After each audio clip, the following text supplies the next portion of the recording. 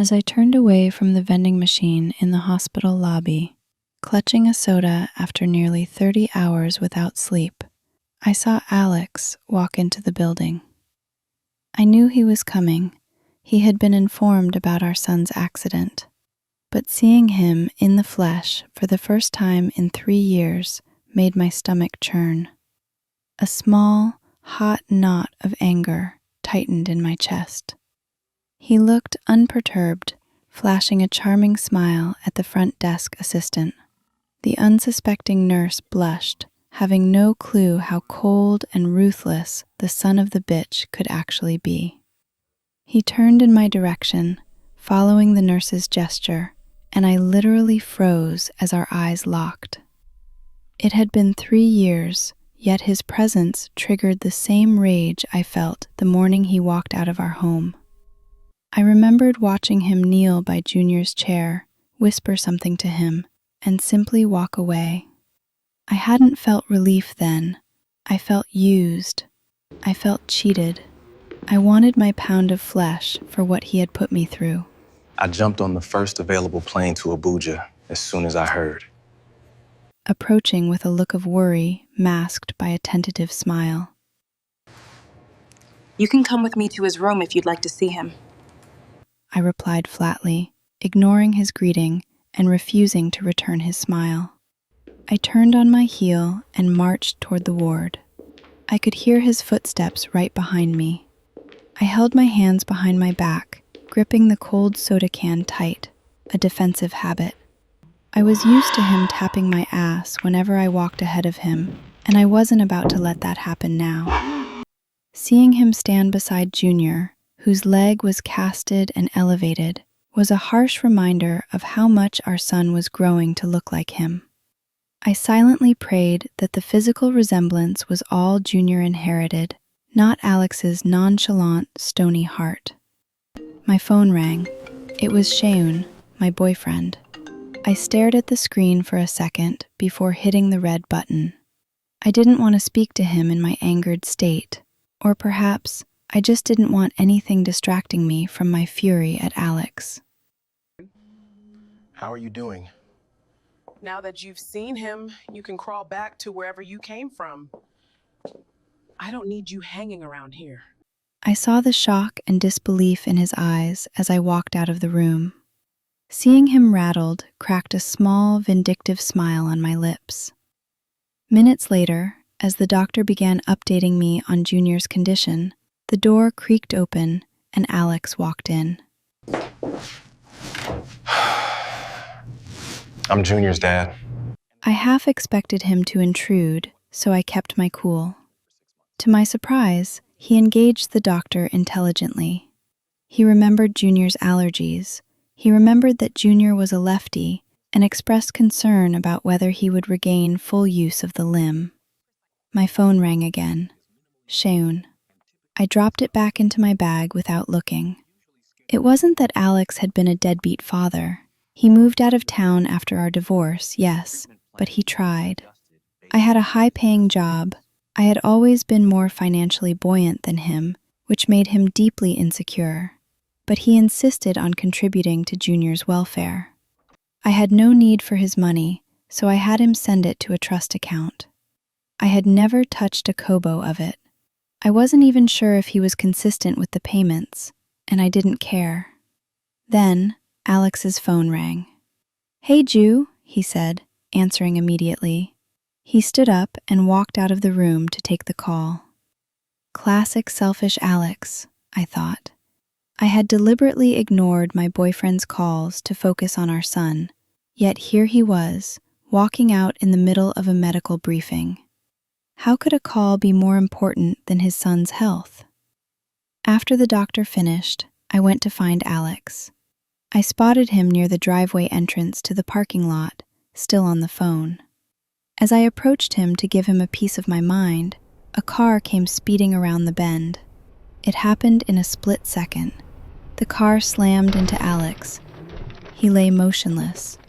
Horror washed over me as I recognized the car. It was Sheun's.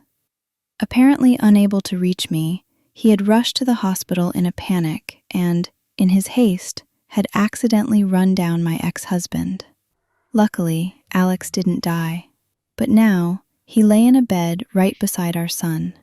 He had been unconscious for 2 days with a nasty bulge on his head. His phone had been smashed in the accident, so we couldn't call anyone in his life.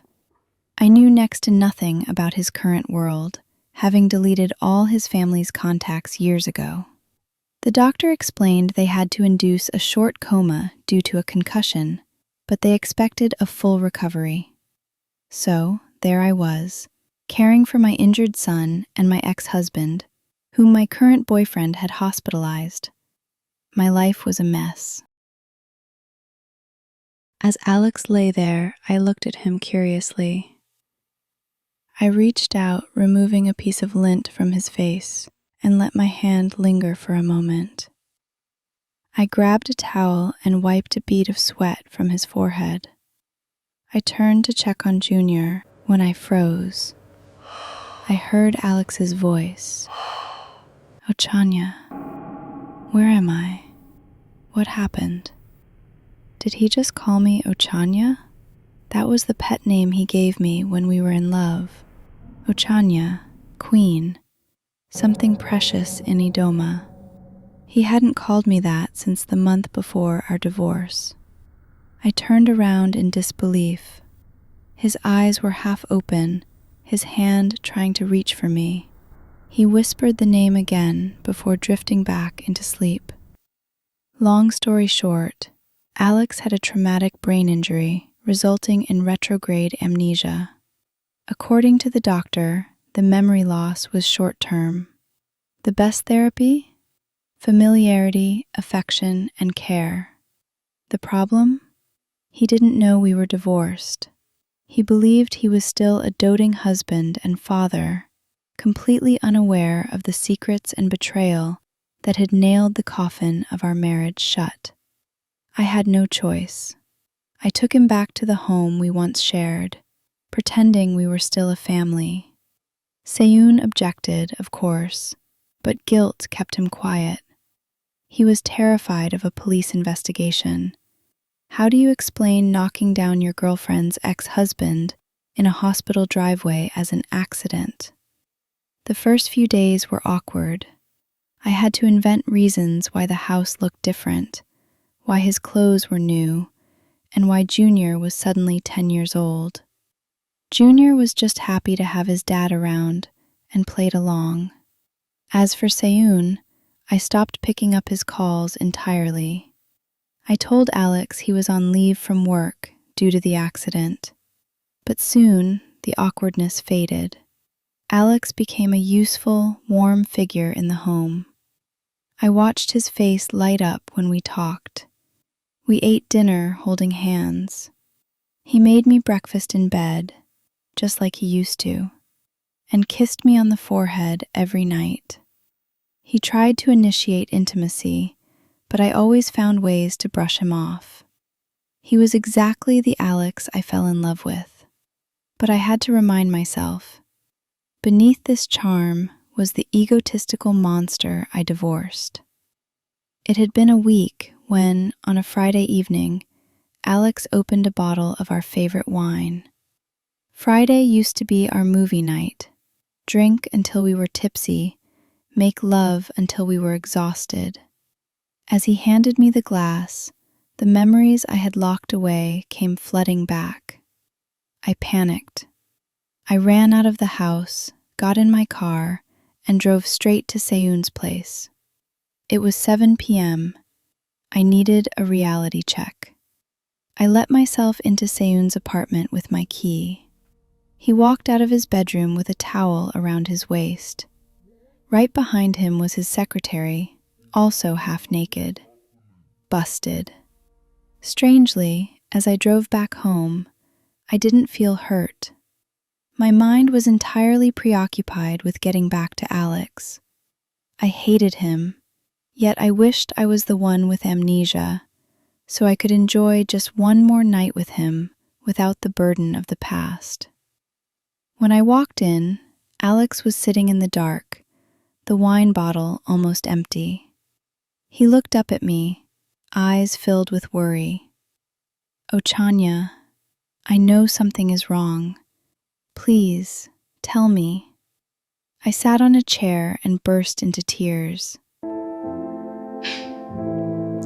We are divorced for 3 years now, Alex. The shock on his face was heartbreaking.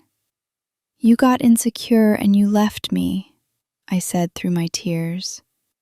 You thought I was cheating with my boss because you found his cufflinks in my car. You didn't believe me. Your suspicion drained the life out of us. And in your anger, you cheated back. I found you making out with my friend, Laura, inside my car. That was how we ended. He looked vulnerable, yet as handsome as he had always been. Did you say I cheated with Laura? He asked, his voice low. Yes, I saw both of you in the car. Did I admit to it? I didn't even bother confronting you, I cried. You were already halfway out the door with your accusations against me. When I saw you and Laura, I let you go. Saying it out loud, after all this time, it sounded extreme, hasty. Wait, Alex said, his brow furrowing deeper as he struggled against the fog in his mind. He took a step closer, his eyes searching mine with intense focus. The day after the end-of-year party, in the parking lot? Yes, Alex, I saw you, leaning over her, holding her face. I didn't need a front-row seat to know what was happening. He closed his eyes tight, grimacing in pain as he clutched his temples. He stayed like that for a long, terrifying minute. I was about to call the doctor, fearing his brain was swelling again, when he suddenly let out a sharp, breathless gasp. His eyes snapped open. The confusion was gone, replaced by a crystalline, painful clarity. He looked at me, not with the innocent adoration of the last week, but with the heavy, weary recognition of the man I divorced. I remember, he whispered, his voice cracking. I remember everything now. The divorce, the apartment in Kubwa, the last 3 years. My heart sank. The spell was broken. Then you know why you can't stay. No, Ochanya, listen to me, he said, grabbing my shoulders with an urgency I hadn't seen in years. Lara wasn't kissing me. She was having a panic attack. She had just found out her husband had mortgaged their house for a gambling debt without telling her. She couldn't breathe. I was leaning over to unbuckle her seatbelt and recline the seat so she wouldn't pass out. She grabbed my neck because she was hyperventilating, not because we were making out. I froze. My mouth opened, but no words came out. I replayed that mental image I had held onto for 3 years, the silhouette of 2 heads close together, the frantic movement. I had seen what my anger wanted me to see. I also remember blocking Lara's attempt to reach out to me weeks after, and the story of how she and her husband lost their house before their final divorce. I remember saying good for her to myself then. God. But you didn't chase after me, I stammered, my voice trembling. You let me leave. Alex's shoulders slumped, and he sat back down heavily on the edge of the sofa. Because I was a coward. And I was jealous when I saw your boss's cufflinks in your car. You were the high-flying executive, and I was just me. I convinced myself you had finally realized you could do better. So when you accused me and walked out, I didn't fight for us because my ego was already bruised. I should have handled it better. I should have communicated my insecurities instead of letting my pride burn our marriage to the ground. Tears streamed down my face. 3 years. We had lost 3 years of our lives, 3 years of Junior's life with his father, all because of silence, assumptions, and bruised male egos. I didn't cheat on you, Alex, I said softly. My boss left those cufflinks in the car when I drove him to the airport. It was innocent. Alex looked up, his eyes glistening. I know. I think deep down, I always knew. I was just too stubborn to admit I was wrong. The room fell silent, save for the hum of the air conditioner. The revelation hung heavy in the air, but for the first time in a long time, the bitterness was gone. For the last week, I've been living in a dream where we were still us. And honestly, it was the happiest I've been in 3 years. I know I messed up, Ochanya. I know I was cold and ruthless, but I never stopped loving you. Not for a single day. I love you too, you idiot. He laughed, a sound that vibrated through my chest and held me tight.